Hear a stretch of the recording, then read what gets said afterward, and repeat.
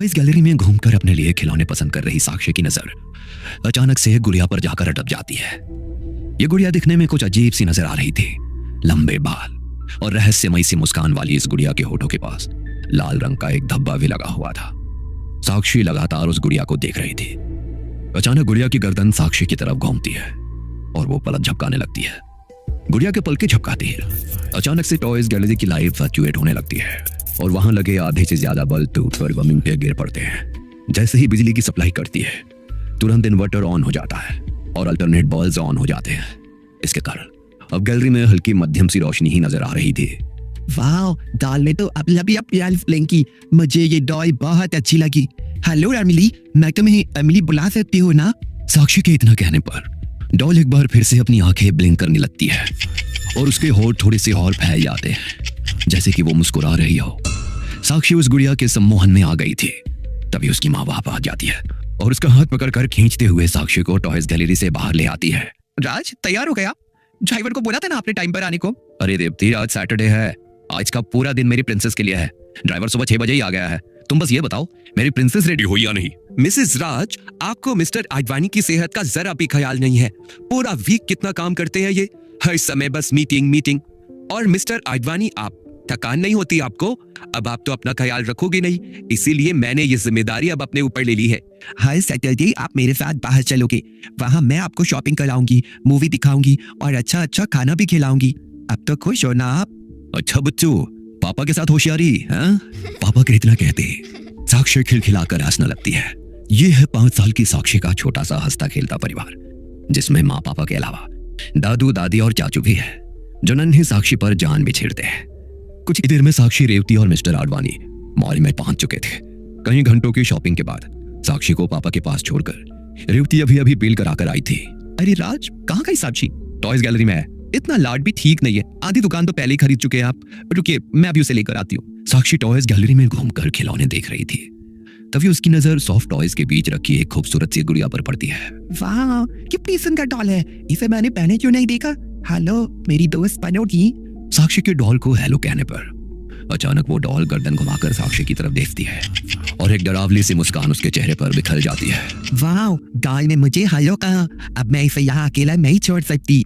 साक्षी अभी सोच ही रही थी कि तभी मिसेज आडवाणी वहां आ जाती है। यहाँ क्या कर रही हो बेटा? कितने टॉय लेने तुम्हें? इतने खिलौने ले चुकी हो कि अब तो हमें दुकान खोलनी पड़ जाएगी। मम्मा प्लीज, मुझे वो डॉल लेनी है। साक्षी, चुपचाप घर चलो आप, नो मोर टॉयज। प्रॉमिस मम्मा, लास्ट टाइम प्लीज मम्मा। साक्षी ने डॉल खरीदने की जिद पकड़ ली थी और उधर साक्षी की जिद देखकर रेवती का गुस्सा आसमान छूने लगा था। क्या रेवती, तुम भी ना बच्चे के साथ बच्चा बन जाती हो? जहाँ इतने खिलौने लिए और एक सही, क्यों रुला रही हो बच्चे को? हेलो प्लीज, वो डॉल भी दे दीजिए। सर, हमारी शॉप में कोई डॉल है ही नहीं, हम डॉल सेल नहीं करते। मैं देखता हूँ बच्चे ने क्या पसंद किया है। आओ बेटा आओ, अंकल को बताओ क्या चाहिए तुम्हें। शॉपकीपर साक्षी की उंगली पकड़कर उसे पूरे शॉप में घुमा लाता है, लेकिन वो गुड़िया उसे कहीं दिखाई नहीं देती। बेटा, मैंने कहा ना हमारी शॉप में कोई डॉल नहीं है। अच्छा आप रुको, मैं आपको एक से बढ़कर एक कैरेक्टर दिखाता हूँ। बहुत अच्छा कलेक्शन है हमारे पास सॉफ्ट टॉयज में। शॉपकीपर एक के बाद एक दूसरा टॉय दिखाता जा रहा था, लेकिन साक्षी मुंह फुलाए खड़ी हुई थी। नहीं देखना मुझे ये सब, मुझे वही डॉल चाहिए। उसकी बड़ी बड़ी आंखें थी और लंबे बाल भी थे। वो मुझे देखकर मुस्कुरा रही थी। मैंने उससे पूछा कि क्या तुम मेरे साथ चलोगी, तो उसने चलने के लिए हाँ भी बोला। सब आपकी वजह से हुआ है मम्मा, वो नाराज हो गई अमर से, अब वो नहीं आएगी। देख रहे हो आप सर चढ़ाने का नतीजा। अरे इतने टॉयज है दुकान में, जो चाहे ले लो, लेकिन नहीं, इसे तो वही डॉल चाहिए जो शॉप में कभी थी नहीं। मम्मा आप समझती क्यों नहीं है? डॉल थी वहां पर, लेकिन आपने उसे लेने से मना कर दिया, इसलिए वो नाराज होकर चली गई है। रेवती, राज, यहाँ तक कि दुकानदार भी साक्षी को समझा समझा कर थक गए थे कि दुकान में वैसी कोई डॉल है ही नहीं जैसी उसे चाहिए, लेकिन वो कुछ भी सुनने को तैयार नहीं थी। साक्षी लगातार रोती ही जा रही थी और बार बार बस उसी डॉल की बात कर रही थी। रेवती और राज प्यार, गुस्सा, लाड़, धमकी सारे अस्त्र चला चुके थे, लेकिन साक्षी तो मानो अपने बस में ही नहीं थी। घर पहुंचकर, साक्षी बिटिया आओ, दादी के हाथ से खाना खा लो। अच्छा, कल हम शहर की सबसे बड़ी दुकान पर जाएंगे और जो भी गुड़िया हमारी बिटिया रानी पसंद करेगी वो सब की सब हम तुम्हें दिलवा कर लाएंगे। अब आओ भी। नहीं दादी, मुझे खाना नहीं खाना, मुझे बस वो गुड़िया चाहिए। जब तक मुझे वो डॉल नहीं मिल जाती मैं किसी से बात नहीं करने वाली। देर रात तक उसी गुड़िया के लिए जिद करते हुए साक्षी सो जाती है। अगले दिन सुबह, गुड मॉर्निंग बेटा, याद है आज क्या है? आओ जल्दी से हम कॉल करके विश कर देते हैं। रेवती की बात का जवाब दिए बगैर साक्षी आकर डाइनिंग टेबल पर बैठ जाती है। ये देखो, ये है तुम्हारी बेस्ट फ्रेंड आरजू की बर्थडे पार्टी इनविटेशन। लेकिन अब तुम्हारा मन नहीं है तो कोई बात नहीं, मैं उसे मना कर देता हूँ। नहीं चाचू, मैं जाऊंगी आरजू की पार्टी में। साक्षी की दोस्त आरजू की बर्थडे पार्टी संयोग से उसी मॉल में रखी गई थी जहां एक दिन पहले साक्षी अपने मम्मी पापा के साथ शॉपिंग करने गई थी। बेटा, पापा की आज बहुत इंपॉर्टेंट मीटिंग है और मुझे एक सोशल इवेंट में जाना है। आई एम सो सॉरी बेटा, मैं तुम्हारे साथ नहीं चल पाऊंगी। माँ की बात सुनकर साक्षी पहले से भी ज्यादा गुस्सा हो जाती है। अरे भाभी, आप क्यों मेरी गुड़िया रानी को ऐसे कहकर मायूस कर रही हो? आप बिजी हो लेकिन चाचू तो फ्री है ना, मैं आपको आज बर्थडे पार्टी में लेकर जाऊंगा। हैप्पी? चाचू की बात सुनकर साक्षी का चेहरा खिल गया था। शाम होने लगी थी, आसमान में तारे चमकने लगे थे और इधर साक्षी एक सुंदर सी गुलाबी रंग की फ्रॉक पहने चाचू के साथ गाड़ी में बैठकर मॉल जा रही है। मॉल में जाकर, साक्षी तुम इधर ही रुको, मैं 1 मिनट में गाड़ी पार्क करके आता हूँ, इधर ही रहना, हिलना मत। ओके चाचू। जैसे ही विराज वहां से जाता है, एक आदमी जिसने अपने चेहरे पर काला मास्क लगा रखा था वहां आकर खड़ा हो जाता है। वो आदमी दिखने में काफी रहस्यमय सा नजर आ रहा था। उसके हाथ में कुछ गुब्बारे और एक डॉल थी। साक्षी को देखकर उसने उंगली से इशारा करके उसे अपने पास बुलाया और डॉल दिखाकर पूछा, ये डॉल कैसी लगी तुम्हें? अरे ये तो वही डॉल है। हेलो डॉल, तुम कहाँ चली गई थी? मैंने कितना ढूंढा तुम्हें, और तुम्हें पता है तुम्हारे लिए मैं बहुत रोई भी। अपनी मम्मा की तरफ से मैं तुम्हें सॉरी बोलती हूँ। तुम्हें पता है बाद में मम्मा मान गई थी, लेकिन पता नहीं क्यों वो शॉप वाले अंकल कह रहे थे उनके पास कोई डॉल है ही नहीं। कैसे अंकल, आपको ये कहाँ से मिली? साक्षी के सवाल के जवाब में उस मास्क वाले आदमी ने साक्षी के सर पर हाथ फेरा और डॉल उसके हाथ में थमाकर चुप रहने का इशारा किया और अचानक गायब हो गया। अरे ये डॉल कहाँ से आ गई? अच्छा, घर से ही लेकर आई हो ना बेटा? बेटा, पार्टी में डॉल लेकर आओगी तो ये वहीं छूट जाएगी, इसे घर पर छोड़कर आना चाहिए था। विराज अभी बोल ही रहा था कि उसका फोन बजने लगता है।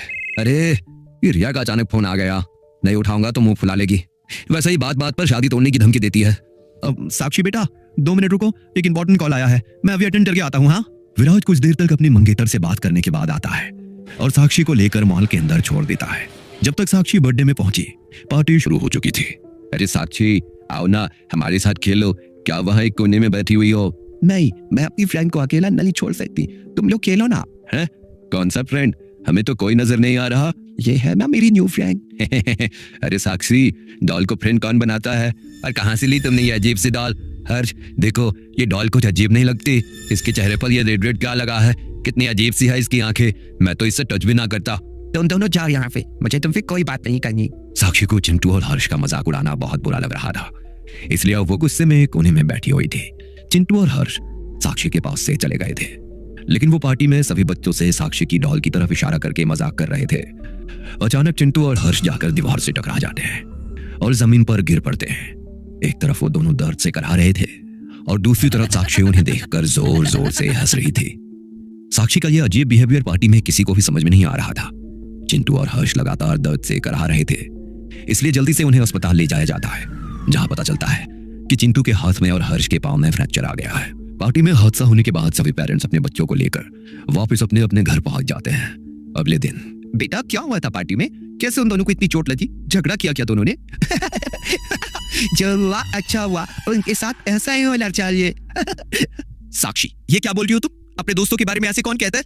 देख रही हूँ आजकल बहुत अजीब बिहेव करने लगी हो। पहले मॉल में तुमने इतना बड़ा तमाशा कर दिया और अब अपने दोस्तों के लिए ऐसे बोल रही हो। रेवती ने देखा जब वो अपनी बेटी को डांट रही थी, उस समय साक्षी अपने हाथ में पकड़े डॉल को देखकर मुस्कुरा रही थी। ये क्या है साक्षी? मैं तुमसे बात कर रही हूँ ना। और ये डॉल कहाँ से आई तुम्हारे पास? ये मेरा गिफ्ट है मम्मा, देखो ना कितनी अच्छी है ये। मैंने इसका नाम भी रखा है एमिली। अच्छा है ना? ये गिफ्ट है? ऐसा रिटर्न गिफ्ट कौन देता है? कुछ अजीब सा महसूस हो रहा है इसे देखकर। पता नहीं क्या ट्रेंड है ये रिटर्न गिफ्ट देने का। आजकल के फैशन मेरी समझ से बाहर है। दिखाओ तो जरा। नहीं मम्मा, आप इसे नहीं ले सकते, एमिली नाराज हो जाएगी। मैंने एमिली को प्रॉमिस किया है कि मैं इसे हमेशा अपने साथ ही रखूंगी, किसी को नहीं दूंगी। साक्षी बोल रही थी, तभी रेवती के पास एक फोन कॉल आता है। बेटा, तुम्हारी फ्रेंड अनु की मम्मा का कॉल था, हम लोग अभी हर्ष और चिंटू से मिलने जाएंगे। उनकी तबीयत सही नहीं है ना? मैंने कहा ना मम्मा, उनके साथ जो हुआ अच्छा हुआ, मैं उनसे मिलने नहीं जाऊंगी। बेटा, वो आपकी बेस्ट फ्रेंड है, ऐसा क्यों बोल रही हो आप? आपका झगड़ा हुआ क्या उनसे? बोला ना मुझे नहीं जाना। इतना कहकर साक्षी गुस्से में वहां से चली गई थी। कुछ समझ नहीं आ रहा ये ऐसे क्यों रिएक्ट कर रही है। आप प्लीज थोड़ा ख्याल रखेंगे इसका, मैं हॉस्पिटल होकर आती हूँ। आखिर क्या चल रहा है रेवती के घर में? साक्षी के अजीब बर्ताव का कारण क्या समझ पाएगी?